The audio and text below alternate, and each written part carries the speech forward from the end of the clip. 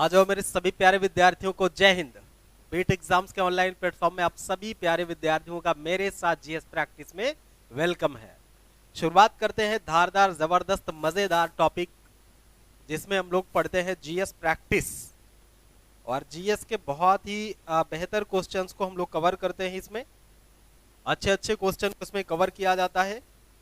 तो अभी तक जुड़ने वाले विद्यार्थियों में हमारे साथ Akhilesh Singh good morning, Pushpendra, Ram Ram, Reena Maurya good morning, Akanksha Srivastava good morning, Sachin Kumar good morning, Ram ji good morning, Komal Soni good morning और राजेश सरोज गुड मॉर्निंग। साथ ही साथ सोनी मैडम को भी गुड मॉर्निंग है। ठीक, सभी प्यारे विद्यार्थियों को गुड मॉर्निंग।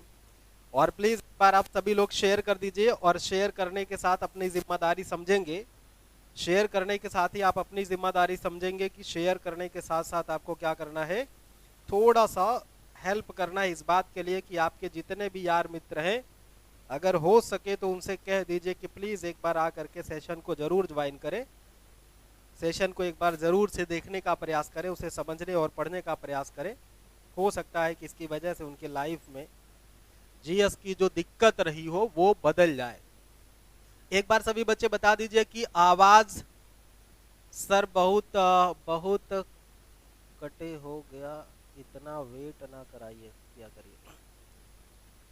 अच्छा वेट, हाँ 10-12 मिनट, थोड़ा सा मैं तो टाइम से आ गया था। ये गोला कर रहा था, इंटरनेट की स्पीड गोला कर रहा था। मैं तो मतलब 9:31 पे यहाँ माइक लगा करके खड़ा हो गया था दूल्हा बन के, ठीक ना। और ये स्वागताकांक्षी लोग ठीक से अपना काम, मतलब इंटरनेट इशू आ गया था कुल मिला के, वो गोला गोला कर रहा था 5-7 मिनट तो गोला गोला करके सिर्फ हमको लाइव लेने में। अरे हमको लाइव ले आने में इंटरनेट की औकात है क्या? वो तो ठीक है, भारी पड़ जाता हूँ मैं तो। चलो बच्चों बता दो कि कल वाले क्वेश्चंस जो भी कराए गए हैं, क्या उस क्वेश्चंस को आप लोग तैयार कर रहे हैं? क्या वे क्वेश्चंस आपको जबरदस्त लग रहे हैं, दमदार अच्छे वाले क्वेश्चन लग रहे हैं? मैं थोड़ा सा अपना यहाँ पे सिस्टम सेट कर लेता हूँ। आपका कमेंट भी तो देखना पड़ता है भाई। चलिए ठीक है, संख्या आपकी इतनी हो गई कि मैं खुशी खुशी इसको शुरुआत कर सकता हूँ। तो आज आपके लिए जो क्वेश्चंस है मेरे पास बहुत ही धारदार और रंगदार क्वेश्चंस हैं। जैसा कि हम लोग शुरुआत कर रहे हैं जीएस प्रैक्टिस, और जीएस प्रैक्टिस में देखा जाता है, जीएस प्रैक्टिस में क्या करते हैं हम लोग, बहुत सारे क्वेश्चंस को कवर करते हैं और उसमें से देखेंगे कि आज हमारे क्वेश्चंस में क्या क्या क्वेश्चन लिए जा रहे हैं। देखते हैं जरा सा, आ जाइए सामने। ये रहा आपके लिए पहला क्वेश्चन, और ये पहला क्वेश्चन ये है कि पूछा गया कि किसान मित्र केचुए से किस रोग की दवा नहीं बनाई जा सकती है। तो पहला क्वेश्चन है आपके लिए, ये पहला क्वेश्चन है किसान मित्र केचुआ। तो एक क्वेश्चन तो देखो यही तैयार हो गया कि केचुआ क्या है, किसानों का मित्र माना जाता है, और सांप को भी हमने किसानों का मित्र आपसे बताया था। किस रोग की दवा नहीं बनाई जा सकती है, नहीं पे गोला करके आगे बढ़ना। पहला दिया गया है पाइल्स, बवासीर, दूसरा अतिसार, तीसरा घेघा और चौथा नपुंसकता। बताएंगे, बहुत ही लाइट प्रश्न है, बहुत ही लाइट प्रश्न है। अगर आप इसका उत्तर दे पाएंगे तो शायद ठीक लगेगा हमें, शायद इसका ठीक लगेगा हमें, आप क्या क्या दे पाते हैं। अंकित मौर्य गुड मॉर्निंग। राम जी, जी सर तैयार है, अच्छा है, सारे क्वेश्चन एग्जाम में भी फंस रहे हैं, बहुत सही, थैंक यू थैंक यू। मेरे द्वारा पढ़ाए गए क्वेश्चन एग्जाम में तो ये मेरा सौभाग्य है, मेरा तो भाग्य है, आपका सौभाग्य है ना। मेरा भाग्य है और आपका सौभाग्य है कि आप जैसे विद्यार्थी मिले हमको, ये मेरा भाग्य है, और मेरे जैसा शिक्षक आपको मिला, ये आपका सौभाग्य है। आकांक्षा का डी आ गया, शैलेंद्र कुमार गुड मॉर्निंग के साथ आंसर भी कर दीजिए बाबू।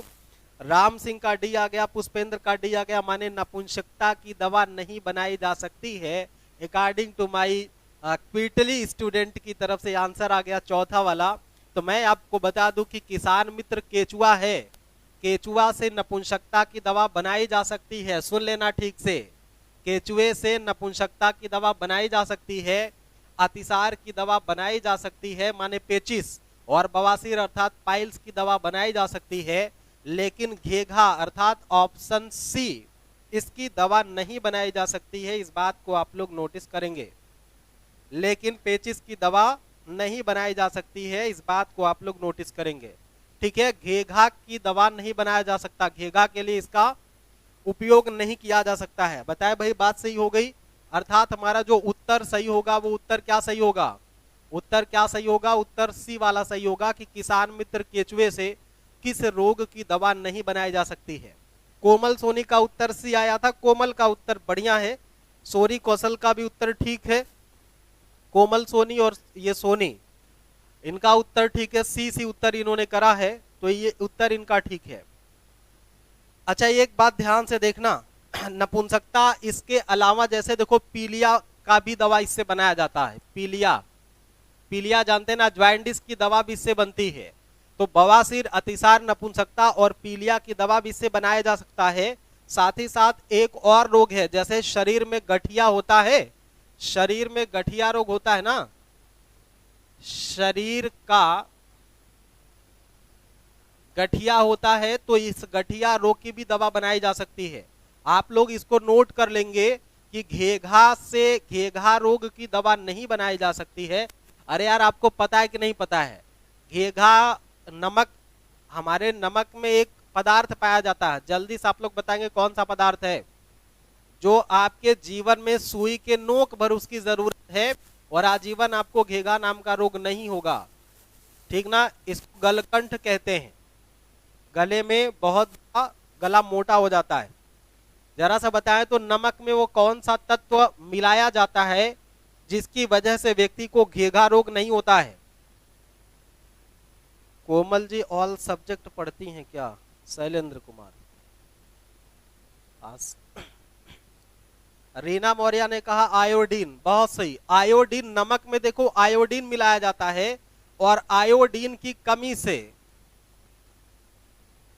आयोडीन की कमी से क्या हो जाता है, आयोडीन की कमी से क्या होता है, घेघा रोग होता है। इस बात को भी नोटिस करना, आयोडीन की कमी से घेघा रोग होता है। और प्रत्येक व्यक्ति को अपने जीवन में आयोडीन की मात्रा जानते हैं कितनी चाहिए, इतना, मतलब इस सुई के नोक पर, जिसका जितना इसका नोक दिख रहा ना पेन का, इतना चाहिए होता है। मतलब सोच लो यार, जिंदगी में सभी का उत्तर आना शुरू हो गया। यशवंत जी का आयोडीन हो गया। चलिए आप जुड़े भाई, बहुत बहुत धन्यवाद यशवंत जी। दीपक मौर्य भी जुड़ चुके हैं, मोनिया केशरवानी, सभी को गुड मॉर्निंग है। चले अगला प्रश्न देखिए, देखो किसान मित्र केचुआ, 4-5 क्वेश्चन तो तैयार कर लो। पहली बात तो किसानों का मित्र केचुआ भी कहा जाता है और किसानों का मित्र सांप भी कहा जाता है। ठीक है, क्यों? क्योंकि सांप जो है ये चूहों को खा जाता है, चूहों को खाने के कारण सांपों को भी किसानों का मित्र कहा जाता है। और केचुआ जो क्या करता है, ये भूमि को उसकी गुड़ाई करके उर्वरा बना देता है, ठीक ना, भरभरा बना देता है, जिससे उर्वरा शक्ति बढ़ जाती है। इसलिए केचुआ को भी किसानों का मित्र कहा जाता है। और केचुआ जो है, केचुआ, इससे कई तरह के दवाइयां बनाई जा सकती है, जैसे पाइल्स की दवा बनेगी, अतिसार की दवा बनेगी, नपुंसकता की बनेगी, पीलिया की दवा बन सकती है और गठिया की दवा बन सकती है। इन तमाम चीजों को यहाँ पे हम देख सकते हैं। चलो आगे, स्क्रीनशॉट करना तो स्क्रीनशॉट आप सभी कर सकते हैं, लेकिन आगे बढ़ करके चलो भाई, आगे बढ़ते हैं। अगला प्रश्न ये रहा, अगला प्रश्न आपके सामने, अगला प्रश्न रहा, अगला प्रश्न रहा, सेट हो गया। अगला प्रश्न क्या है, एक्सोबायोलॉजी। अगला प्रश्न क्या है, अगला प्रश्न क्या है, एक्सोबायोलॉजी में किसका अध्ययन किया जाता है? देखता हूं कि कौन सा वीर इस प्रश्न का उत्तर दे पाता है।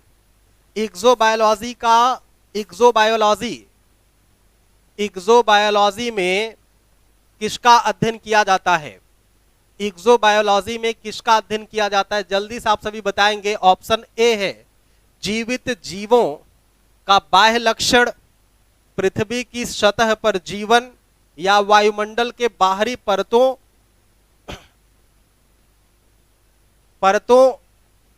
के ऊपरी जीवन, या बाह्य ग्रहों तथा अंतरिक्ष में जीवन, किसका अध्ययन किया जाता है?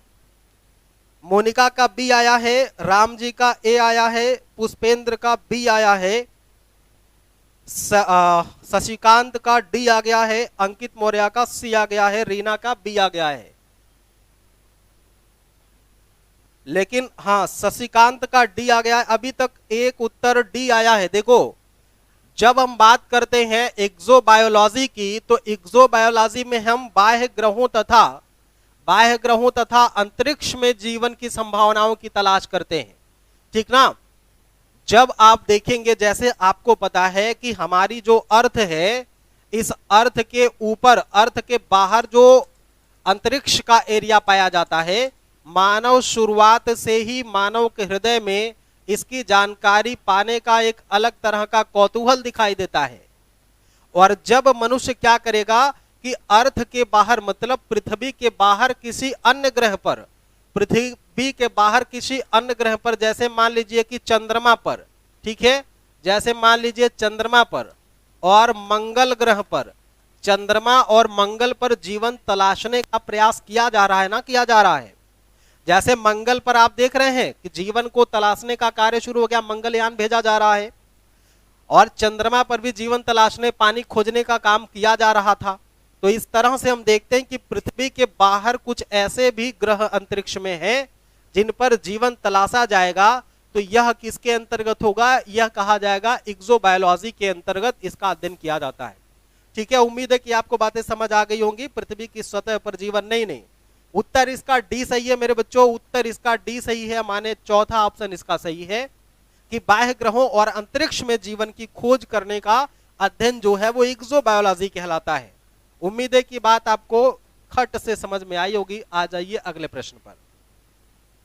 अगला प्रश्न है शल्य क्रिया। अगला प्रश्न है शल्य क्रिया में आर्थोप्लास्टी क्या है? शल्य क्रिया में आर्थोप्लास्टी क्या है? शल्य क्रिया का मतलब क्या होता है? ऑपरेशन होता है। डॉक्टर ऑपरेशन जो करते हैं वो शल्य क्रिया कहलाता है। चलो मेरे शेरों, जल्दी से उत्तर इसका करने का प्रयास करेंगे। इस प्रश्न का उत्तर करने का प्रयास करेंगे आप सभी कि शल्य क्रिया में आर्थो, ये आर्थो लिखा गया है, ये आर्थोप्लास्टी कहा गया है इसको, आर्थोप्लास्टी। आर्थोप्लास्टी क्या है? पहला है ओपन हार्ट सर्जरी। पहला क्या है? Open heart surgery. या फिर दूसरा है गुर्दा प्रत्यारोपण, या तीसरा कूल्हे के जोड़ का प्रतिस्थापन, या चौथा रुधिर आधान। इनमें से कौन सा ऑप्शन सही लग रहा है आप सभी को? इनमें से कौन सा ऑप्शन आपको सही लग रहा है? आप सभी इस प्रश्न का उत्तर देने का प्रयास करेंगे। आप सभी इस प्रश्न का उत्तर देने का प्रयास करेंगे। इनमें से कौन सा सही लग रहा है आपको? इनमें से कौन सा प्रश्न आपको कौन सा ऑप्शन इनमें से आपको सही लग रहा है? इनमें से कौन सा ऑप्शन आपको सही लग रहा है?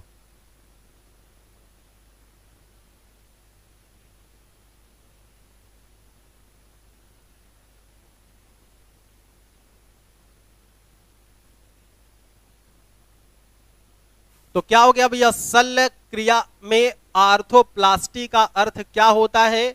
Operation heart, open heart surgery, या दूसरा गुर्दा प्रत्यारोपण, या तीसरा कूल्हे के जोड़ का प्रतिस्थापन, या चौथा रुधिर आधान। आप सभी प्यारे प्यारे विद्यार्थियों का उत्तर आना शुरू हो गया। सी सी सी सी सी। जब इतना बड़ी मात्रा में बहुमत आ रहा है तो आप तो मेरा नेचर जानते ही जानते हैं कि मैं तो बहुमत के साथ रहता हूं, बहुमत के साथ रहता हूं। अर्थात इस प्रश्न का जो उत्तर होगा मेरे लालों, वो उत्तर होगा सी वाला। ठीक है, कूल्हे के जोड़ का प्रतिस्थापन जब करेंगे, कूल्हे के जोड़ का जब प्रतिस्थापन करेंगे तब उसे क्या बोलते हैं? तब उसे बोलते हैं आर्थोप्लास्टी। तब उसे क्या बोलते हैं? आर्थोप्लास्टी बोलते हैं। तब उसे बोलते हैं आर्थोप्लास्टी। कूल्हे के जोड़ का जब प्रतिस्थापन करते हैं तब उसे बोलते हैं आर्थोप्लास्टी।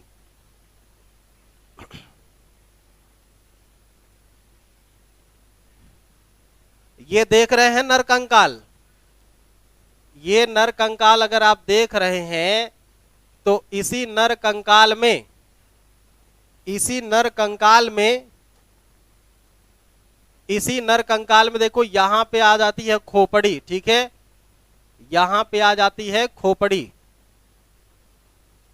यहां पे आ जाती है खोपड़ी। इस तरह से अगर नर कंकाल को हम देखें इस तरह से अगर हम लोग नर कंकाल को देखते हैं, इस तरह से अगर हम लोग क्या करते हैं, नर कंकाल को देखते हैं, इस तरह से अगर नर कंकाल को हम देखते हैं तो देखो जो कूल्हा बताया गया है, ये वाला पार्ट होता है कुल्हा। देखो ये जो हम कवर कर रहे हैं, ये वाला पार्ट, रेड वाला पार्ट, इसी को कूल्हा कहते हैं। और बुढ़ापे में अक्सर आप जानते होंगे कि जैसे दादी टाइप के लोग या दादा टाइप के लोग क्या करते हैं, बारिश के मौसम में, वर्षा के मौसम में वो लोग जब फिसल करके गिर जाते हैं तो उनके कूल्हे की हड्डी ये वाली खिसक जाती है, ये वाली हड्डी खिसक जाती है, और इस हड्डी के खिसकने के कारण उनका जोड़ खत्म हो जाता है और फिर से इसका मेडिकल ट्रीटमेंट के द्वारा इसको सही किया जाता है। लेकिन कभी कभी क्या होता है, कूल्हे के जोड़ का प्रतिस्थापन किया जाता है शल्य क्रिया के माध्यम से, ऑपरेशन के माध्यम से, जिसे आर्थोप्लास्टी कहते हैं, जिसे आर्थोप्लास्टी कहते हैं। ये तो शुतुरमुर्ग है, कहां शुतुरमुर्ग है, अरे शुतुरमुर्ग ऐसा नहीं होता, कभी कंकाल देखो ऐसा ही होता है। समझने के लिए आभासी चित्र बनाया हूं, समझने के लिए आभासी चित्र बनाया हूं। तो इस तरह से शल्य क्रिया में आर्थोप्लास्टी का अर्थ क्या होगा, कूल्हा, ठीक ना, कूल्हे के जोड़ का प्रतिस्थापन करना। ओके, आगे बढ़े, चलिए अगला प्रश्न। अगला प्रश्न है आपके सामने ये, बजट सत्र 2020-21 में मनरेगा को लगभग कितनी राशि आवंटित की गई है। ये इकोनॉमिक्स का प्रश्न है, ये प्रश्न इकोनॉमिक का है, ये प्रश्न इकोनॉमिक्स का है। लेकिन आप जानते हैं कि इकोनॉमिक्स के जितने भी प्रश्न पूछे जाते हैं वो करंट अफेयर से जुड़े होते हैं, वे करंट अफेयर से जुड़े होते हैं।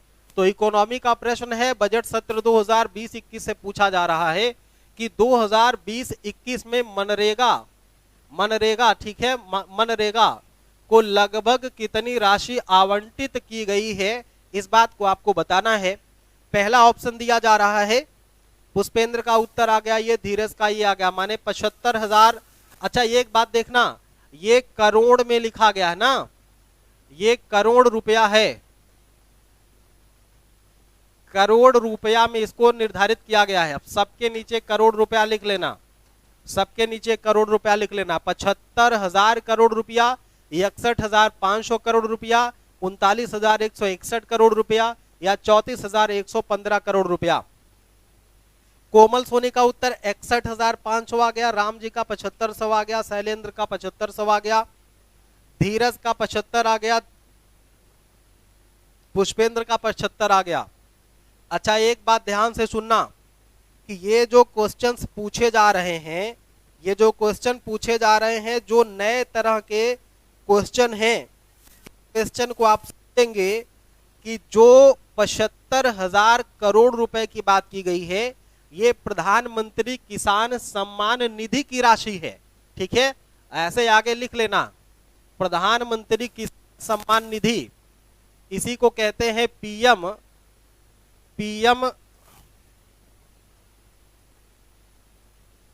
किसान सम्मान निधि। माने जो ए वाला ऑप्शन है 75,000 करोड़ रुपया किसको दिया गया भैया, तो ये प्रधानमंत्री किसान सम्मान निधि के तहत इतनी राशि का आवंटन किया गया है। इतनी राशि का आवंटन किसमें किया गया है, तो ये प्रधानमंत्री किसान सम्मान निधि में किया गया है, जो 2019 में या 19-20 में 54,770 थी, ठीक है। और मनरेगा जो है, मनरेगा में दिया गया है, उत्तर जो आपका बनेगा वो बनेगा 61,500, अर्थात ऑप्शन नंबर बी वाला आपका उत्तर सही है, उत्तर बी वाला आपका सही है। एक बात ध्यान देना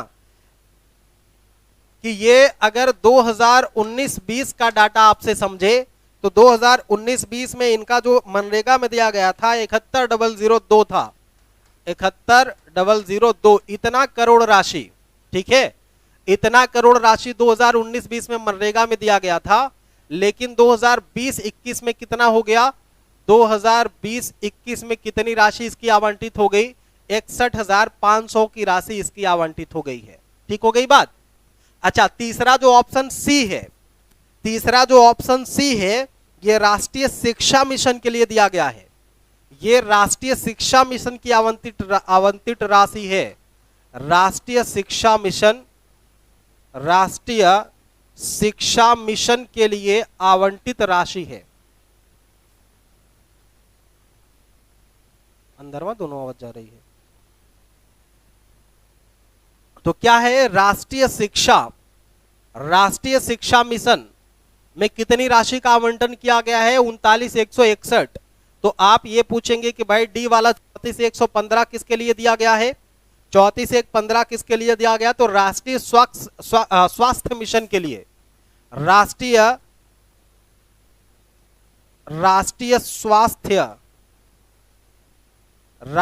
स्वास्थ्य मिशन के लिए। अच्छा देखना, अब घर जाकर के बैठ करके पूरा रटने मत लगना, सब बैठ करके रटने मत लगना। सभी बच्चों को राधे राधे जय हिंद, सभी जय हिंद बोला करो यार। क्या राधे राधे जय श्री कृष्णा के चक्कर में पड़े रहते हो? देश को हमारे जय हिंद की हमारी जरूरत है, देश को हमारी जरूरत है, हमको देश की जरूरत है, देश की बात किया करो। देखो क्या हो गया, 34,115 किसके लिए दिया गया? इतना करोड़ रुपया दिया गया राष्ट्रीय स्वास्थ्य मिशन को। अब घर बैठ करके पूरा का पूरा रटना मत शुरू कर देना, घर बैठ करके पूरा जो आर्थिक सर्वेक्षण उसको नहीं। देखो कुछ ऐसे मद हैं, कुछ ऐसे मद होते हैं जिन मदों के रुपया आपसे अनुमान के आधार पर आवंटन पूछा जाता है।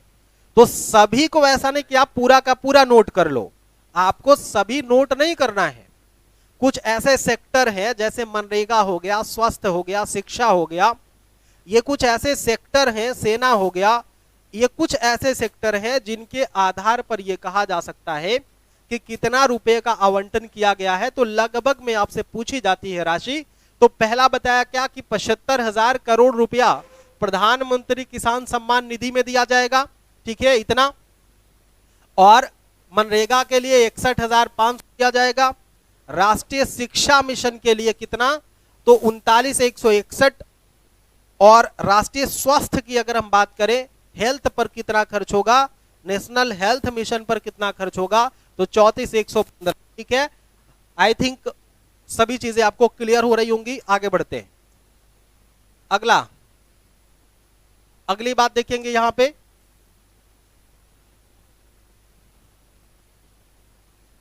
गोरखपुर से किसान सम्मान योजना लागू, हाँ ठीक है, धीरज ने कहा, अच्छी बात है। आगे देखेंगे अगला प्रश्न क्या है। अगला प्रश्न यह है कि संशोधित अनुमान 2020-21, संशोधित अनुमान, ध्यान से समझना बात को। अगर संशोधित अनुमान को पूछेगा तो उत्तर बदल जाएगा, ठीक ना। और अनुमानित राशि पूछेगा माने कितना इनका एक आंकड़ा लगाया गया, उसके लिए उत्तर बदल जाएगा। देखो क्या है, संशोधित अनुमान 2020-21 में राजकोषीय घाटा कितना निर्धारित किया गया है। तो राजकोषीय घाटा कितना निर्धारित किया गया है? क्या ये 9.5% या 8.5% या फिर 7.5% या फिर 6.5%? इनमें से कौन सा है जो संशोधित? इस बात को बार बार इसीलिए बोल रहा हूं कि आप ध्यान देना, इसको संशोधित शब्द पे आपको ध्यान देना है। अगर संशोधित शब्द पे आप ध्यान नहीं देंगे तो आप आंसर करने में गलती कर जाएंगे।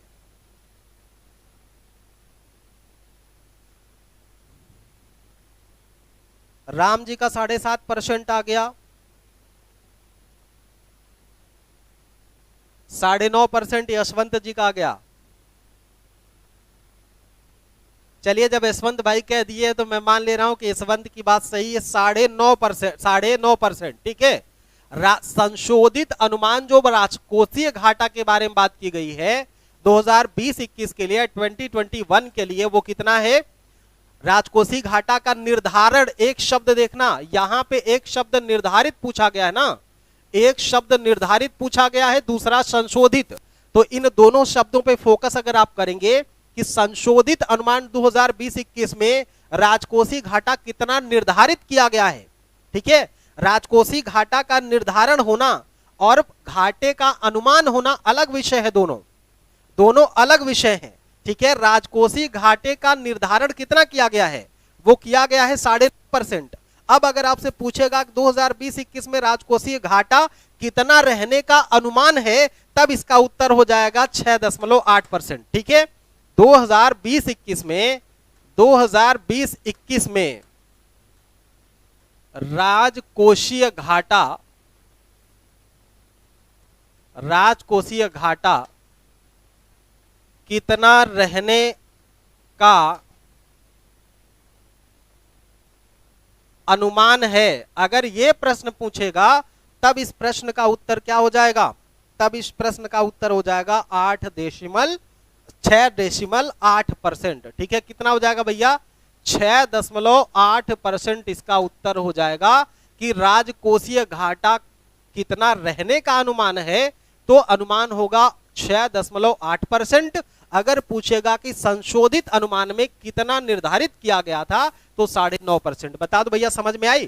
पूरे जीडीपी का, किसका? जीडीपी का, पूरे जीडीपी का कितना? यहां तो 9.5% निर्धारित किया गया था, लेकिन पूरे जीडीपी का कितना आएगा जो रहने का अनुमान है वो 6.8% है। बोलो क्लियर हुआ बात?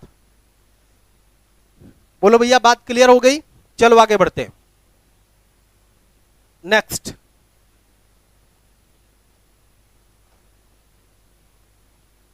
अगला प्रश्न गुरुदेव, अगला प्रश्न।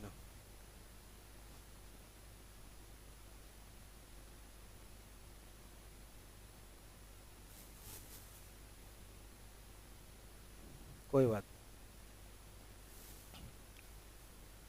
एक सेकंड बालकों, क्या है जीएस प्रैक्टिस में? कहां है सेट 1? गुरुदेव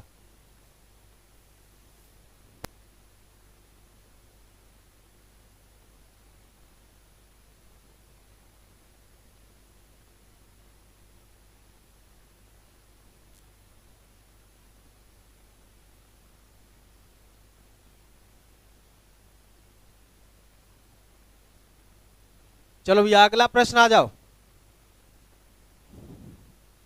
अगला प्रश्न आ जाओ बल्कि। अगला प्रश्न क्या है? अगला प्रश्न यह है कि राज्य की कार्यपालिका में कौन सा, राज्य की कार्यपालिका में कौन शामिल नहीं है? हाँ, राज्य की कार्यपालिका में कौन शामिल नहीं है, ये आपको बताना है। राज्य की कार्यपालिका में कौन शामिल नहीं है, ये आपको बताना है। राज्य की कार्यपालिका में शामिल नहीं है कौन? राज्यपाल शामिल नहीं है, कि सीएम नहीं शामिल है, कि प्रधान मंत्रिपरिषद नहीं शामिल, या फिर सॉलिसिटर जनरल नहीं शामिल है? बताएंगे भाई, इसमें से कौन सा उत्तर आपको सही लग रहा है? इस प्रश्न का कौन सा उत्तर आपको ठीक लग रहा है? शीघ्रता से आप सभी आंसर करने का प्रयास करें। आप सभी बालक बालिका उत्तर देने का प्रयास करेंगे। राम जी का आ गया ऑप्शन ए, राज्य की कार्यपालिका में शामिल नहीं है। इस प्रश्न का उत्तर क्या लग रहा है आप सभी को? अंकित मौर्य का डी आ गया, राम जी का ये है, यशवंत का डी है, मोनिका का डी है। आज मोनिका बढ़िया परफॉर्म कर रही हो बच्ची, आज तुम्हारे आंसर लगभग ठीक ठाक आ रहे हैं।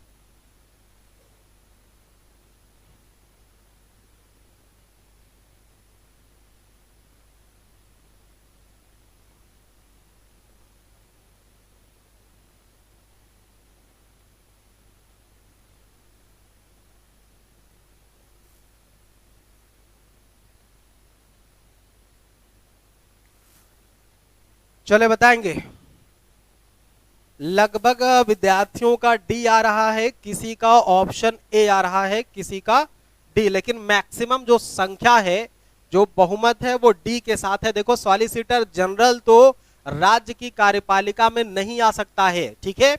राज्य की कार्यपालिका में महाधिवक्ता अर्थात एडवोकेट जनरल आता है। अगर सॉलिसिटर के जगह पे क्या हो जा,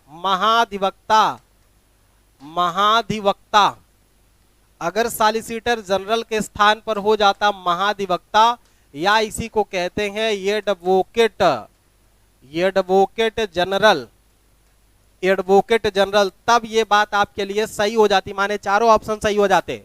तो सॉलिसिटर जनरल को कट कुट कर दो और इसके स्थान पे महाधिवक्ता लिख लो, क्योंकि महाधिवक्ता क्योंकि महाधिवक्ता क्या होता है, राज्य का पहला विधि अधिकारी होता है। जो एडवोकेट जनरल होता है ये राज्य का पहला विधि अधिकारी होता है, और राज्य का पहला नागरिक होता है कौन, राज्यपाल।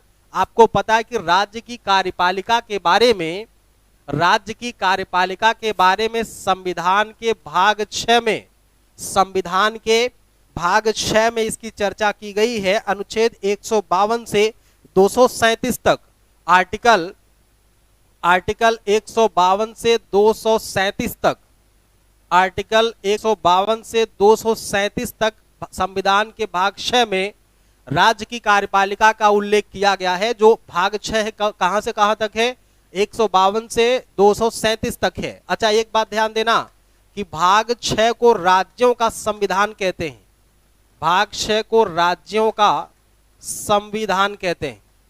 भाग 6 को राज्यों का संविधान कहते हैं। इस बात को भी नोटिस करना भैया, इस बात को भी आप लोग नोटिस करेंगे कि भाग 6 को राज्यों का संविधान कहते हैं। अगर बात करें कि आर्टिकल 165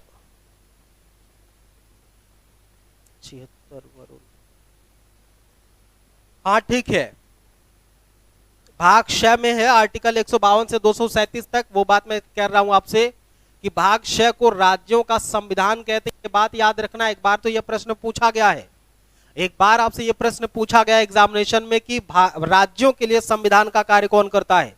अच्छा देखो, राज्यपाल को किस आर्टिकल में जगह दिया गया है, राज्यपाल आर्टिकल 153 में है, अर्थात अनुच्छेद 153 में राज्यपाल की बात की गई है। राज्यपाल महोदय के द्वारा ही, राज्यपाल जो होता है वो स्टेट का, किसी भी स्टेट का फर्स्ट पर्सन होता है, ठीक है, पहला व्यक्ति होता है किसी भी स्टेट का। चलो आगे बढ़ते हैं, आगे बढ़ते हैं। अगला प्रश्न यहां पे देख लो। अगला प्रश्न है, क्या पूछा जा रहा है कि लोकसभा सदस्य, अब देखना ध्यान से मोनिका, लोस लिखा होना तो ये लोकसभा है, ठीक ना, ये क्या है, लोकसभा है। लोस का मतलब लोकसभा होता है। सदस्य के संदर्भ में कौन सा कथन सत्य नहीं है, इस बात को पहचानना है। सत्य नहीं है अर्थात असत्य कथन आपको पहचानना है। अब सत्य नहीं है, पहली बात क्या पूछा है कि वह भारत का नागरिक हो, ठीक है, पहली बात क्या है, वह भारत का नागरिक हो। दूसरी बात क्या, वह 35 वर्ष की आयु पूरा कर चुका हो। और तीसरी बात क्या है, विकृत अथवा दिवालिया ना हो। और चौथा कह दिया गया है इनमें से कोई नहीं। जल्दी से आंसर कर दो कि लोकसभा सदस्य के संदर्भ में कौन सी बात सत्य नहीं है। बोलो यार, कौन सा सही नहीं है, क्या उत्तर इसका लग रहा है। मोनिका कह रही है हाँ, यशवंत कह रहे हैं डिलीट, वरुण का आ गया 25 होता है वर्ष। अच्छा ठीक है, बी वाला आंसर, ठीक है, बहुत सही। आप सभी को यही देखना था कि जब आप कभी कभी बात करते, जैसे देखो जो हमारे एमपीज होते हैं, ठीक है, जो हमारे एमपीज होते हैं, अर्थात हम इसी को संसद सदस्य कहते हैं, इसी को हम लोग क्या कहते हैं, संसद सदस्य कहते हैं, मेंबर ऑफ पार्लियामेंट्स कहते हैं, ठीक ना। जो संसद सदस्य होते हैं इन्हीं को तो हम लोग मेंबर ऑफ पार्लियामेंट कहते हैं। और मेंबर ऑफ पार्लियामेंट का मतलब होता है चाहे वो लोस हो, ठीक है, चाहे वो लोस हो चाहे वो रास हो, अर्थात लोकसभा या फिर राज्यसभा के सदस्यों को एमपी कहा जाता है या इसी को कहा जाता है संसद सदस्य। ठीक हो गई बात, इन्हीं को संसद सदस्य कहा जाता है। और इनकी योग्यता के बारे में बताया गया है भारतीय संविधान के आर्टिकल, भारतीय संविधान के किस आर्टिकल में इसको बताया गया, तो आर्टिकल 1 और 2 में। हालांकि मुख्यतः तो संबंधित 2 है, आर्टिकल 101, आर्टिकल 101 और आर्टिकल 102 में इनकी योग्यता के बारे में चर्चा की गई है। और कहा क्या गया है कि कोई व्यक्ति लोकसभा का सदस्य या संसद का सदस्य बन सकता है, कोई व्यक्ति लोकसभा या संसद का सदस्य बन सकता है यदि वह भारत का नागरिक हो, यदि वह क्या हो, भारत का नागरिक हो। और आपको पता है कि भारत की नागरिकता कितने टाइप से अर्जित की जा सकती है, तो 5 प्रकार से, चाहे वो जन्म से हो, वंश परंपरा के आधार पे हो, रजिस्ट्रेशन के आधार पे हो या भारतीय करण के आधार पे हो, ठीक है। इस तरह से 5 प्रकार से भारत की नागरिकता ली जा सकती है। उनमें से वो किसी भी टाइप से नागरिक हो सकता है, और वह क्या हो सकता है, भारत का नागरिक हो। दूसरी बात क्या, कि वो क्या हो, 35 वर्ष की आयु पूरा कर चुका हो। यही बतिया तो असत्य है मेरे भाइयों, यही बतिया तो असत्य है। ये 35 की जगह अगर 25 हो जाता, 35 की जगह अगर 25 हो जाता, तब तो ये बात भी सत्य हो जाती। तो आप लोग क्या करेंगे, 35 के स्थान पर 25 कर लेंगे, तो वह 25 वर्ष की आयु पूरा कर चुका है।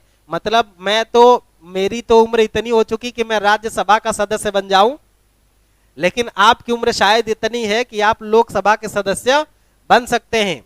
विकृत और दिवालिया ना हो, विकृत और दिवालिया ना हो। विकृत माने जैसे पागल, सनकी, इस टाइप का कोई आदमी ना हो। और दिवालिया, आर्थिक रूप से दीवार ना घोषित किया गया हो, कि कभी जैसे किसी कंपनी से, किसी बैंक से उसने लोन लिया है और लोन वो जमा नहीं कर पाया। अगर वो लोन जमा नहीं कर पाया तो क्या हो जाएगा, उसे अगर वो कहते भाई हम लोन नहीं जमा कर पाएंगे, हमारा मकान सब कुर्क कर लो, उसके बाद उसको सरकार दिवालिया घोषित कर देती, किसी भी तरह का फाइनेंशियल हेल्प उसको नहीं दिया जा सकता है। तो इस तरह से उस व्यक्ति को दिवालिया कहते हैं। ऐसा कोई व्यक्ति ना हो जो फाइनेंशियल डिबार घोषित किया गया हो, फाइनेंशियली जिसको डिबार घोषित किया गया हो, ऐसा व्यक्ति ना हो। और चौथा ऑप्शन पे तो डिस्कस करने की कोई जरूरत ही नहीं है। क्या बोले हैं, धीरज कुमार कह रहे हैं कि Lok Sabha article 81, very good. Article 81 में लोकसभा की बात की गई है, तो जल्दी से बता दो कि राज्यसभा किस आर्टिकल में है। मैं यहां पे लिख दे रहा हूं, यह बात पहले भी लिखा था। आर्टिकल 80 और आर्टिकल 81 किससे संबंधित है, आप लोग कमेंट करके लिखेंगे। 80 इक्वल टू कितना, 81 इक्वल टू कितना, 80 equal to what and 81 equal to what. इसके सामने लिख करके जल्दी से आंसर करेंगे आप सभी, इसके सामने लिख करके कमेंट करेंगे आप लोग क्या उत्तर हो सकता है। इसके सामने लिख करके आंसर करेंगे क्या उत्तर हो सकता है भाई आप सभी का। राज मौर्य 80, सोनिया भाई केसरवानी जी का आर्टिकल 80 लोकसभा, शशिकांत का 80 लोकसभा, ठीक है, और 81 राज्यसभा। और बाकी लोग उत्तर करें भाई। अंकित मौर्य का 80 आ गया, पुष्पेंद्र सिंह, ठीक है। लगभग सभी लोगों का उत्तर बेहतर आ रहा है, जबरदस्त उत्तर आ रहा है, ठीक है। बेहतर उत्तर आ रहा है, जबरदस्त उत्तर आ रहा है, ठीक है। सभी का उत्तर जबरदस्त आ गया है, ठीक है। चलो, गजब का परफॉर्मेंस आप सभी बच्चे कर रहे हैं, गजब का कर रहे हैं यार। और बहुत गजब का, बड़ा धुआंधार तरीके से हम लोग कर रहे हैं। और इसमें आपकी जो पोटेंशियल है उसका सही दिशा में यूज हो रहा है, आपके पोटेंशियल का सही दिशा में, आपकी ऊर्जा का सही दिशा में यूज हो रहा है। तो आ जाइए अगले प्रश्न की तरफ बढ़ते हैं, अगले प्रश्न की तरफ बढ़ते हैं। अगला प्रश्न ये रहा आपके डीजी बोर्ड पर, अगला प्रश्न ये रहा आपके डीजी बोर्ड पर। आप भाई डीजी बोर्ड आ जाओ, देखो क्या हो गया, क्या प्रश्न हो गया। किस बंदरगाह का नाम बदलकर दीनदयाल कर दिया गया। बारे भैया, बारे मेरे क्वेश्चन सेटर, किस बंदरगाह का नाम बदल करके क्या रख दिया गया, दीनदयाल कर दिया गया है। 4 ऑप्शन में आपके समन्वय रख दिया गया है। मुंबई बंदरगाह, मरमुगाओ बंदरगाह, हालांकि मरमुगाओ में उड़नतुआरा रहता है, ठीक है, लेकिन ठीक है। और तूतीकोरिन बंदरगाह, कांडला बंदरगाह। अब इनमें से कौन सा उत्तरवा ठीक ठाक है, जल्दी से आप लोग आंसरवा कर दीजिए। आप लोग आंसर कर दीजिए भैया, क्या इसका सही उत्तर हो सकता है, इसका उत्तर क्या सही हो सकता है। पुष्पेंद्र का डी आ गया, पुष्पेंद्र का डी आ गया, सोनिया का डी आ गया, अंकित का डी आ गया, वरुण का डी आ गया, रीना का डी आ गया, राम जी का कांडला हो गया, सना खान का डी आ गया, मोनिका केशरवानी का डी आ गया, शशिकांत पटेल का कांडला आ गया, राज मौर्य का डी आ गया, सोनी जी का डी आ गया, कोमल सोनी का कांडला आ गया, विपिन का डी आ गया। चलो मेरे प्यारे बच्चों, गजब का मतलब करेजवा जुड़ा गया हो, मतलब करेजा एकदम ठंडा हो गया, जुड़ा गया कि आप सभी का ये प्रश्न सही होने वाला है। ये उत्तर रहा कांडला बंदरगाह। कहां रहा भाई, ये कांडला बंदरगाह की बात हम लोग कर रहे हैं। कांडला बंदरगाह ऐसा बंदरगाह है जो जिसका नाम बदल करके पंडित दीनदयाल कर दिया गया है, ठीक है, पंडित दीनदयाल कर दिया गया है। अच्छा एक बात देख लो ध्यान से, ये जो मुंबई वाला बंदरगाह है, ये जो मुंबई वाला बंदरगाह है, इसके बारे में कुछ एक बातें लिख लो कुछ एक बातें लिख लो। जैसे पहली बात तो ये आपको लिखना है, पहली बात तो ये आपको ये लिख लेना है कि ये जो मुंबई का बंदरगाह है इस किस तट पर है। मुंबई का बंदरगाह अगर आपसे तट पूछ ले, ठीक है, मुंबई बंदरगाह का अगर आपसे पूछे तट, तो ये है पश्चिमी तट पर। किस तट पर है? ये पश्चिमी तट पर है। फिर अगर पूछे कैसा बंदरगाह है, तो बता देना कि यह प्राकृतिक बंदरगाह का उदाहरण है। ठीक है, किस तरह के बंदरगाह का उदाहरण है? तो यह प्राकृतिक बंदरगाह का उदाहरण है।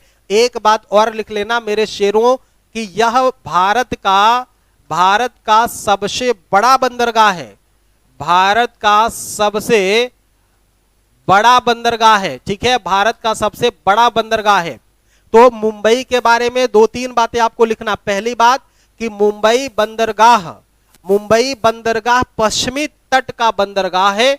पहली लाइन हो गई, मुंबई बंदरगाह पश्चिमी तट का बंदरगाह है। और दूसरी चीज,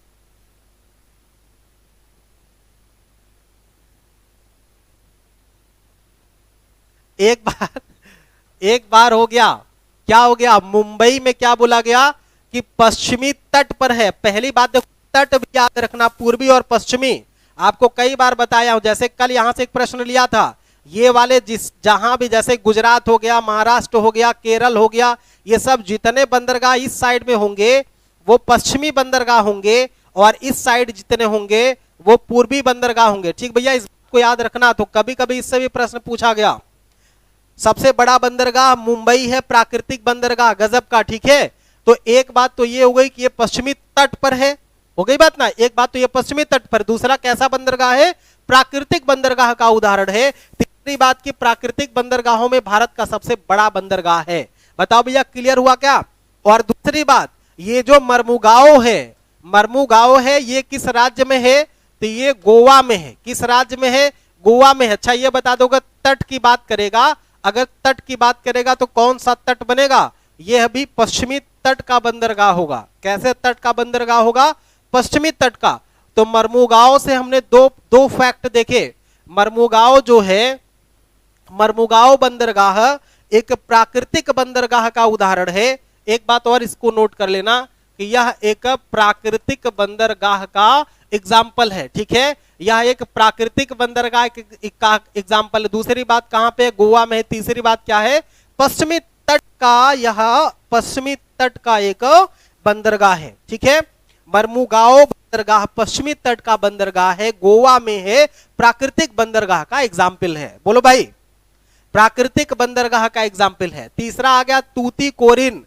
बारे तूतीकोरिन, बारे हमार करेजा, तूतीकोरिन को बड़ा गजबे बंदरगाह यार, कई बार तो पूछा गया है, और आज से नहीं प्राचीन काल से। देखो, कांडला बंदरगाह की बात करें और तूतीकोरिन बात करें, तो ये सब ऐसे बंदरगाह हैं जो भारत के बड़े पैमाने पर आयात और निर्यात को करते हैं। ठीक है, जैसे देखो कांडला बंदरगाह जो है, कांडला बंदरगाह, अच्छा आते हैं अभी, पहले तूतीकोरिन को समझ लो।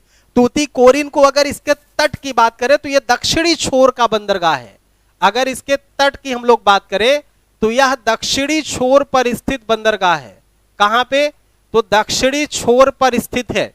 कहां स्थित है भैया? तो दक्षिणी छोर पर स्थित। एक बात हो गई। और दूसरी बात यह हो गई कि अगर स्टेट पूछ ले, अगर राज्य पूछ ले, तो बता देना तमिलनाडु में। क्या बताओगे हीरा?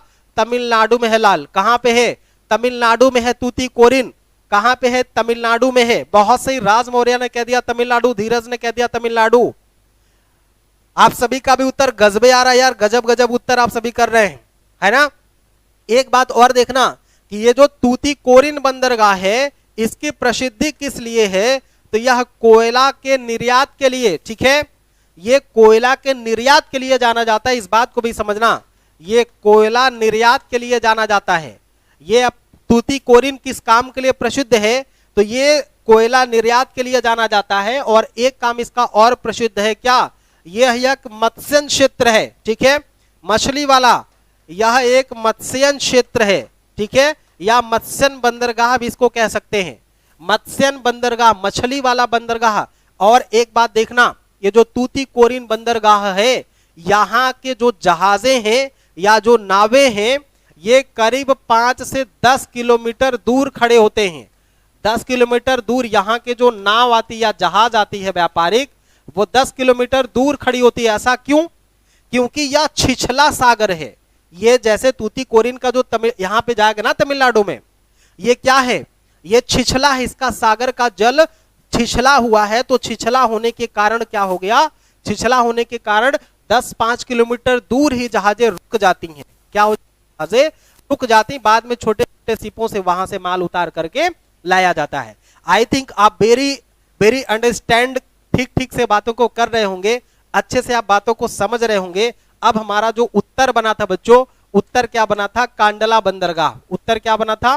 कांडला बंदरगाह। अब कांडला के बारे में कौन कौन सा कांड देखेंगे? सबसे पहली बात तो कांडला के बारे में क्या जानना है कि कांडला बंदरगाह पश्चिमी तट का बंदरगाह है। इसका तट क्या है? तो पश्चिमी तट है। ठीक है, पश्चिमी तट है। अगर ये पूछेगा कि किस राज्य में है, तो राज्य इसका बनेगा गुजरात। अगर पूछेगा गुजरात में कहां, तो बता देना कच्छ की खाड़ी में। कहां पे बता दोगे भैया? कच्छ की खाड़ी में बता देना। कांडला के बारे में 3-4 बात 5 बात ध्यान से सुन लो। बात कांडला के बारे में कई बात ध्यान से सुन लो। क्या सुनना है? पहली बात तो कांडला का नाम बदल करके दीनदयाल कर दिया गया, एक बात हो गई। दूसरी बात की यह पश्चिमी तट का बंदरगाह है। तीसरी बात की यह गुजरात राज्य में स्थित है। चौथी बात की यह कच्छ की खाड़ी में स्थित है। बताओ 4 बात समझ में आ गई बच्चा? बता दो भैया 4 बात समझ में आ गई? तो आ जाओ 5वीं बात भी लिख लो। यह आयात प्रधान है। यह क्या है? आयात प्रधान बंदरगाह है। कैसा बंदरगाह है? आयात प्रधान। यहां से पेट्रोलियम, गंधक और उर्वरक आयात किए जाते हैं। क्या का आयात होता है? क्या क्या आयात होता है मेरे मुन्ना? आयात होता है पेट्रोलियम, आयात होता है पेट्रोलियम, उर्वरक और गंधक। क्या का आयात होता है? पेट्रोलियम, उर्वरक और गंधक यहां से आयात होता है। इसीलिए कांडला बंदरगाह को आयात प्रधान बंदरगाह के नाम से भी जानते हैं। बताओ यार, आयात प्रधान के नाम से भी इसको जानते हैं। अच्छा, एक बात ध्यान से समझना कि ये जो कांडला बंदरगाह है, यह ज्वारीय बंदरगाह का एग्जाम्पल है। ज्वारीय बंदरगाह। अब ये कौन सी बला आ गई यार? अच्छा, बचपन में किसको किसको लगता था कि बंदरगाह का मतलब वो होता है जहां पर बंदर रहते हैं, जहां पे बंदर रहते हैं। इस बात का किसको किसको भ्रम था कि उसको बंदरगाह कहते हैं?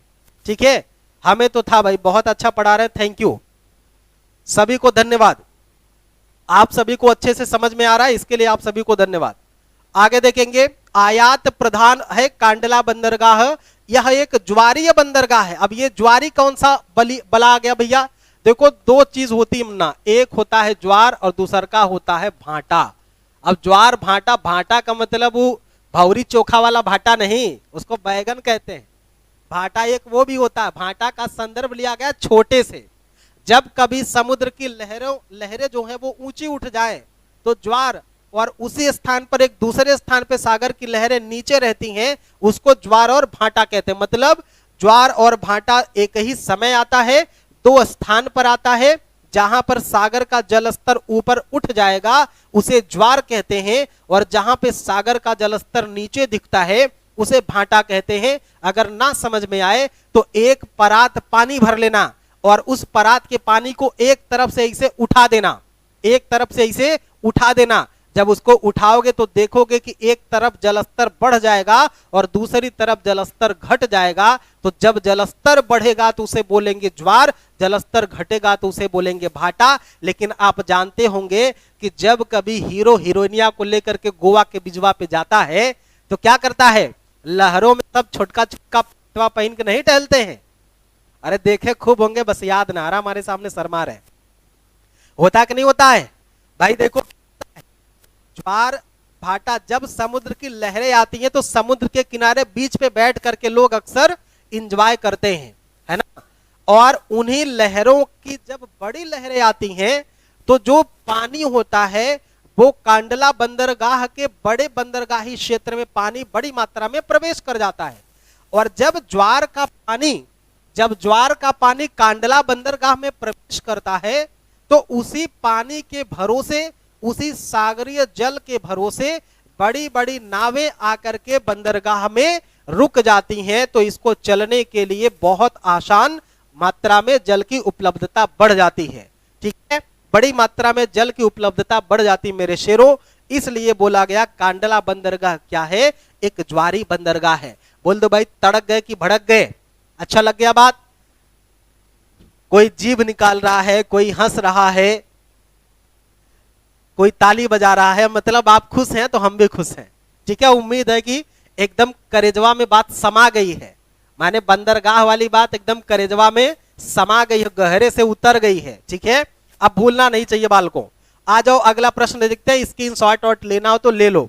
अगर स्क्रीनशॉट करना है तो इस बात का स्क्रीनशॉट आप ले सकते हैं कि किस तरीके से बंदरगाहों से प्रश्न आपसे पूछे जाते हैं। जल्दी से आप लोग शीघ्रता से इस प्रश्न का उत्तर लेंगे। ठीक है, शीघ्रता से आप लोग इसका आंसर करेंगे, इस एक एक बात को रट डालेंगे। ओके, आगे बढ़ते हैं। नेक्स्ट, वक्त तो आने दीजिए। देखो हमने कल ही लिखा था, अभी हमने कल ही बताया था कि वक्त, अच्छा लोगों को सुना ही दे रहे हैं तुमका। वक्त के ऊपर एक छोटा सा हमने प्रयास किया था, हालांकि वक्त वाला मामला शायद खत्म हो गया।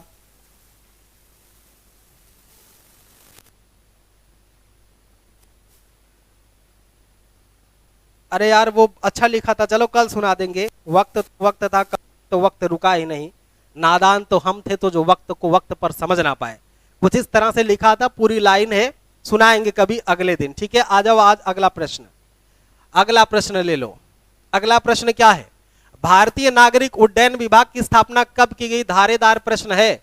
भारतीय नागरिक उड्डयन विभाग की स्थापना कब की गई भैया? भारतीय नागरिक उड्डयन विभाग की स्थापना कब की गई है? नागरिक उड्डयन विभाग की स्थापना कब की गई है? जल्दी से आप लोग बताएंगे।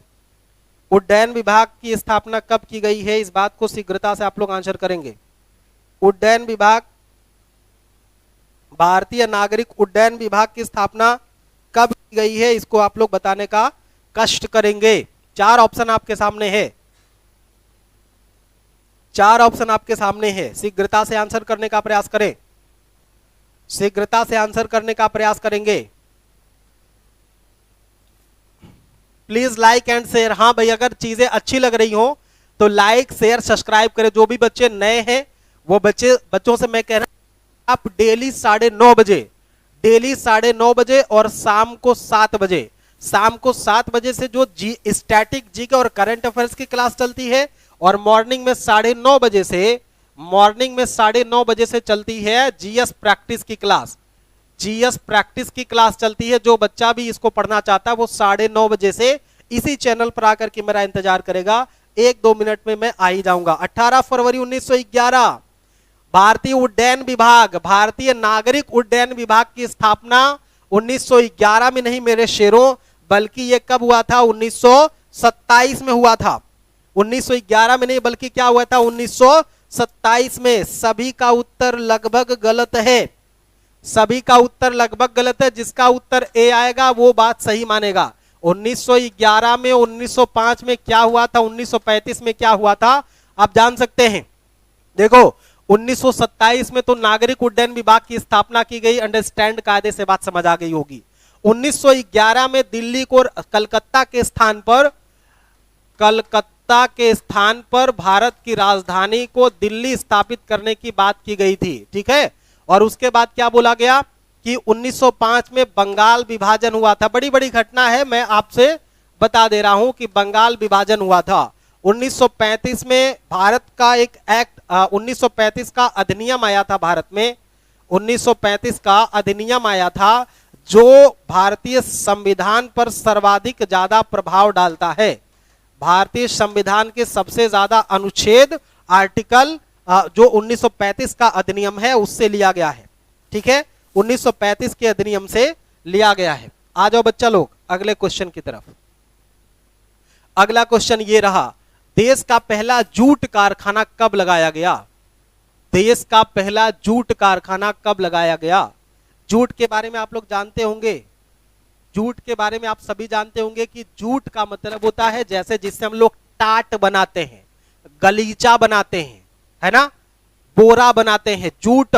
और जूट के लिए पश्चिम बंगाल जाना जाता है। लगभग 71 कारखाना है पश्चिम बंगाल में, लगभग 71 कारखाना है, लगभग 71 कारखाना है पश्चिम बंगाल में। अब आज का प्रश्न क्या है? अगला प्रश्न, देश का पहला जूट कारखाना कब लगाया गया? देश का पहला जूट कारखाना कब लगाया गया? 1855 में, 1955 में, 1755 में, 1862 में? उत्तर आप सभी का आना शुरू हो गया। रामजी सिंह का 1855, पुष्पेंद्र का 1862 में चाइना भारत का युद्ध हुआ था चाइना के साथ। दीपक मौर्य का ये आ गया 1855, राम जी का। राज मौर्य का आ गया ए। अर्थात जो भी बच्चे ये कहना चाह रहे हैं ऑप्शन ए, तो उनका तो उत्तर सही है। जो भी बच्चा ये कहना चाह रहा है वो तो इसका उत्तर सही है। तो जॉर्ज ऑकलैंड के द्वारा कलकत्ता में, किसके द्वारा? जॉर्ज ऑकलैंड, जॉर्ज ऑकलैंड के द्वारा कहां पे लगाया गया था? कलकत्ता में। कहां पे लगाया गया था भैया? कलकत्ता में। और कलकत्ता अगर स्टेट की बात पूछेगा तो वेस्ट बंगाल में है।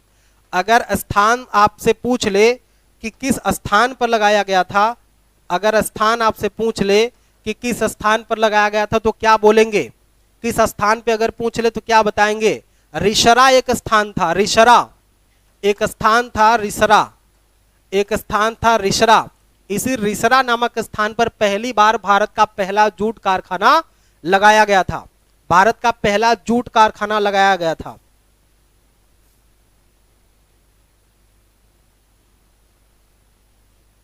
स्टेनो सागर ने लिखा कि वक्त ने वक्त को सजा डाला, हम सबके गुरु कौशल सर ने जीएस को हलवा बना डाला। थैंक यू आप सभी का बहुत बहुत धन्यवाद। गजब का लिख दिए भाई स्टेनो सागर सम्राट जी।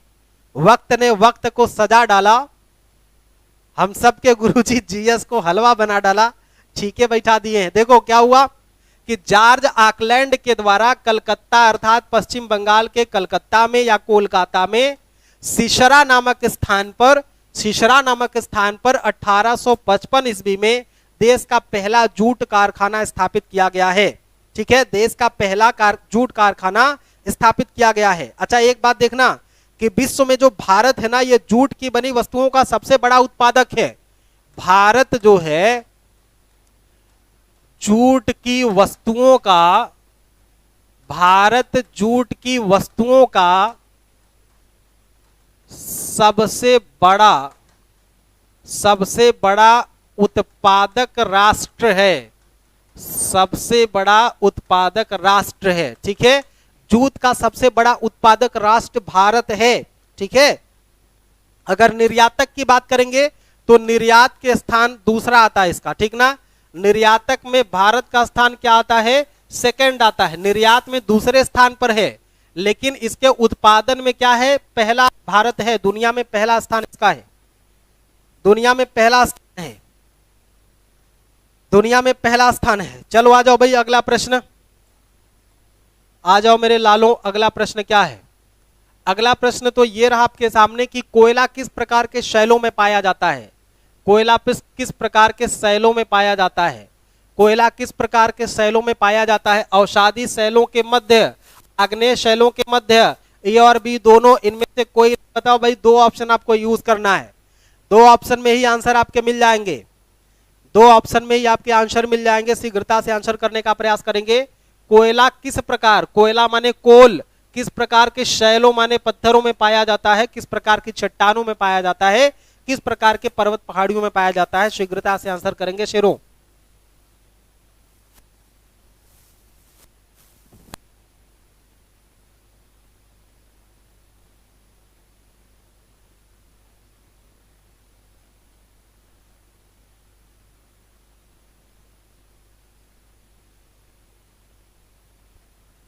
क्या हो गया भैया, क्या उत्तर मिल गया? मिस्टर कॉम्प्लिकेटेड सर, सुशील सर का नोटिफिकेशन ना आ गया। हाँ ठीक, बस बस सर भी तैयारी हो रहे होंगे नहा धो के। सर सामने खड़े हैं, बस जैसे मैं छोड़ता हूं सर तुरंत शुरू हो जाएंगे। लगभग बच्चों का ए आ रहा है, उसके बाद मोनिका का सी आया है। लगभग सभी का ए आया, उसके बाद सी आया है। तो अवसादी शैलों के मध्य कोयले निर्मित होते, ये बात आपको बताया, कोयला का पूरा इतिहास बता दिया हूं। सबसे बढ़िया कोयला एंथ्रेसाइट होता है, सबसे घटिया कोयला क्या होता है, बिटुमिन होता है। सबसे कार्बन की मात्रा जिसमें अधिक होगी जिस कोयले में, वो कोयला सबसे उत्तम कोयला माना जाता है। तो उत्तर इसका क्या हो गया, उत्तर इसका ये हो गया। आओ आगे बढ़ते हैं। कितना सवाल है अभी, बस 3 सवाल और है, 3 सवाल और है, शीघ्रता से खत्म कर लेते हैं। चलो ये प्रश्न देख लो, ये प्रश्न उत्तर क्या कह रहा है, जहां जीव रहता है उस सटीक जगह को कहते हैं, जहां जीव रहता है उस सटीक जगह को क्या कहते हैं, आवास कहते हैं, परितंत्र कहते हैं, नीके कहते हैं, या बायोम कहते हैं, या पांचवा ऑप्शन उपरोक्त कोई नहीं, या एक से अधिक हो सकता है। 5 ऑप्शन आपसे पूछा गया है भाई, इसमें से देख लो कौन सा सही है। तो आप लोग जब तक सही गलत देखेंगे, देखो इनमें से या तो एक से अधिक हो सकता है, ठीक है, जैसे नीके हो सकता है, या पारितंत्र या आवास हो सकता है, ठीक है। इस तरह से इसके कई आंसर भी बन सकते हैं, या तो ऐसा हो सकता है कि हम इनमें से कोई नहीं को भी यूज कर सकते हैं, क्योंकि कई बार आपको बताया हूं कि आवास क्या होता है, आवास और नीके दोनों में थोड़ा थोड़ा अंतर होता है। पारितंत्र और बायोम लगभग सेम बातें आपको बताया हूं, पारितंत्र और बायोम लगभग सेम बातें आपको बताया हूं। तो इसका मतलब उत्तर जो हमारा होगा वो क्या होगा, उत्तर जो हमारा होगा वो ई वाला होगा। और ये देख लो, ये बीपीएससी में पूछा गया है, बिहार पीसीएस 2019 का प्रश्न है ये, बिहार पीसीएस 2019 का है। 5 ऑप्शन उसमें दिए गए थे, 5वां ऑप्शन इसमें सही है, 5वां ऑप्शन उसमें से सही है, 5वां ऑप्शन उसमें से सही है। चलो अब ठीक हुआ होगा, आगे बढ़ते हैं। अगला प्रश्न, अगला प्रश्न, बस 2 प्रश्न और बचे, लिख देते हैं। देखो क्या हो गया, कौन सा युग्म सुमेलित नहीं है, कौन सा युग्म सुमेलित नहीं है, ये आपको बताना। अमरबेल तना परजीवी होता है, बिल्कुल सही बात है। चंदन जड़ परजीवी होता है, बिल्कुल सही बात है। आर्किड अधिपादप होता है, बिल्कुल सही बात है। तो घटपर्णी या नेफेंथिस इसी को कहते हैं। जलोद्भिद नहीं होता है, बल्कि यह एक ऐसा पौधा है, एक ऐसा पौधा है जो नाइट्रोजन अपने की पूर्ति करने के लिए, जो नाइट्रोजन पूर्ति करने के लिए, जो नाइट्रोजन पूर्ति करने के लिए कीटों को खा जाता है, जो नाइट्रोजन पूर्ति करने के लिए ये कीटों को अपने अंदर बंद कर लेता, कीटों को खाता है, ठीक है, ऐसे लिख दे रहा हूं, कीटों को खाता, घटपर्णी, इसी को नेफंथिस कहते हैं, ठीक है, इसी को नेफंथिस कहते हैं। असम मेघालय, मेघालय वाले एरिया में पाया जाता है। कुछ इस तरह से, कुछ इस तरह से इसका ये फल होता है, कुछ इस तरह से ऐसे, ठीक है। अब यही मुंह इसका खुल जाता है, यही मुंह इसका खुलता है, ठीक ना। ऊपर से देखने में आपको दिखेगा कोई मग टाइप का, जग टाइप का कुछ है, ठीक ना, या सुराही टाइप का या घड़ा टाइप का दिखेगा। तो ये क्या करता है, यही मुंह खोलता है, इसी से कीटों को अंदर ले लेता है, फिर वो ढप्प से ढक्कन उसका बंद हो जाता है, ठीक है। नाइट्रोजन की पूर्ति करने के लिए ऐसा ये करता है। तो इस प्रश्न का उत्तर क्या हो गया, चौथा उत्तर हो गया, डी वाला ऑप्शन इसका सही है। आगे बढ़ते हैं, अगला प्रश्न। और अगला प्रश्न आपके सामने रहा कि 10% का नियम देने वाले वैज्ञानिक का नाम क्या था। 10% का नियम देने वाले वैज्ञानिक का नाम क्या था। कई बार ओडम, लिंडेमान, टेंशले और हेकल, ओडम, लिंडेमान, टेंशले और हेकल, इनमें से उत्तर आपका जो सही होगा वो होगा लिंडेमान, ठीक है, लिंडेमान। माने इसमें से बी वाला ऑप्शन सही होगा, टेंसले और ओडम या हेकल गलत है। 10% का नियम इन्होंने दिया था, कल एक क्वेश्चन इस पे किया हूं, ठीक है, 10 क्वेश्चन इस पे आपको किया हूं अभी। टेंशले के बारे में जैसे इन्होंने इकोसिस्टम शब्द का प्रयोग किया, पहली बार इकोसिस्टम शब्द का प्रयोग किया है, पहली बार इकोसिस्टम का, और इकोलॉजी शब्द का प्रयोग करने वाला पहला व्यक्ति कौन था, तो इकोलॉजी का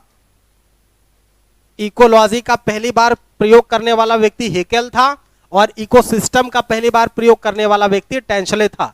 तो आज के लिए सभी बच्चों का आज के लिए जय हिंद। आप लोग आए, बड़ी मात्रा में जुड़े, शेयर किए, सब्सक्राइब किए, आप सभी बच्चों का हृदय से आभार, सभी का थैंक यू, मोस्ट वेलकम है। कल 9:30 बजे गुरुदेव भी पधार चुके हैं, अब आगे वाली कहानी गुरुदेव ही आपको बताएंगे, ठीक है, ठीक है। आज के लिए हम लोग, आज के लिए बस थैंक यू, कल मिलते हैं, ओके बाय, ओके बाय। कल 9:30 बजे, शाम को 7 बजे आ जाइए, ओके, थैंक यू।